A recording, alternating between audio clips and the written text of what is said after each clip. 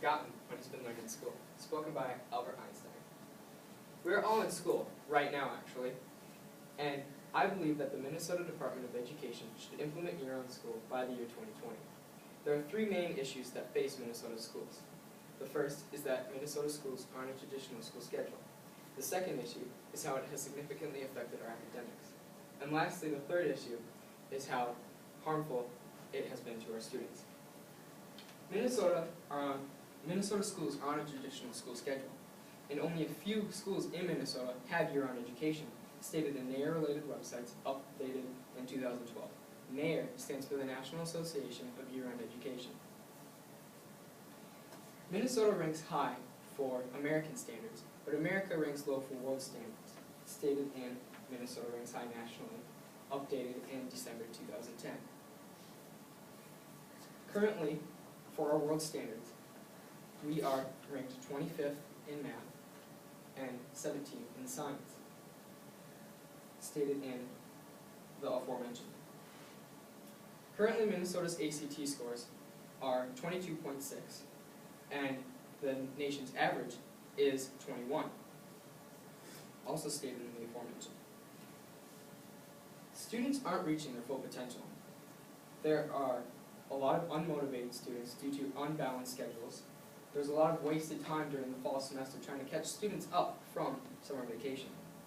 And there are very few academic camps opportunities for students to take advantage of, stated in Jana Schorl's article on care11.com, last uploaded September 2010. Now, traditional schooling is unnecessary and has only been needed for students to come home during the harvest season to help their family on the farm. Now that we don't need every student to be home for their family on the farm, a more modern day approach to education is year-round schooling.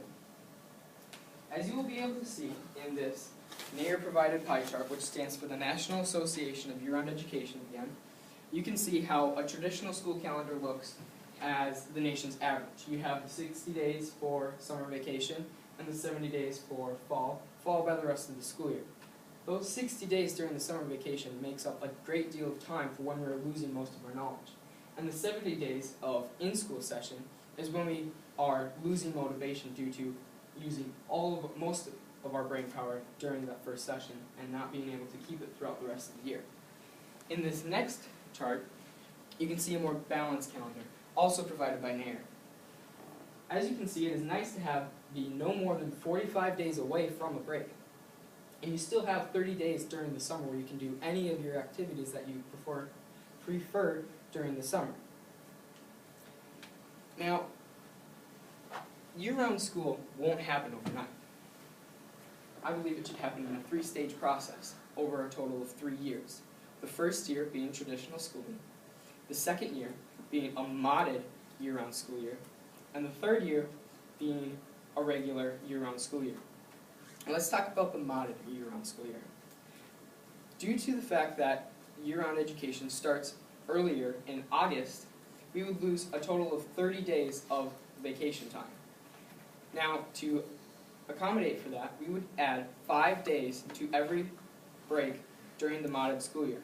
So you would have no gain or loss in school days from the first year to the second year, and you would have no gain or loss days from the second year to the third year. So for all 3 years, you would have the same in-school and out-of-school learning sessions, provided that you go to every day and you're not sick. Now, students need to better prepare for their future. Research shows that students are able to avoid the dreaded brain drain over the summer, stated in Grace Chen's article on year-round education versus traditional schooling, uploaded in August 2008. There are 3 main things that will help because of year-round schooling. The first is that there will be less time wasted on review over the summer from the summer vacation. There will be higher test scores, and there will be more motivated students, stated in WNCN's article uploaded in 2011. There are 3 main issues that face Minnesota schools. The first issue is traditional schooling in Minnesota schools. The second is how it has significantly affected our academics.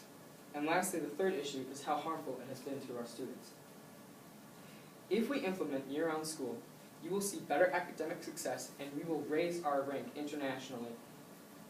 So I believe that the Minnesota Department of Education should implement year-round school by the year 2020. And remember, education is what comes after one has forgotten what has been learned in school. Spoken by Albert Einstein.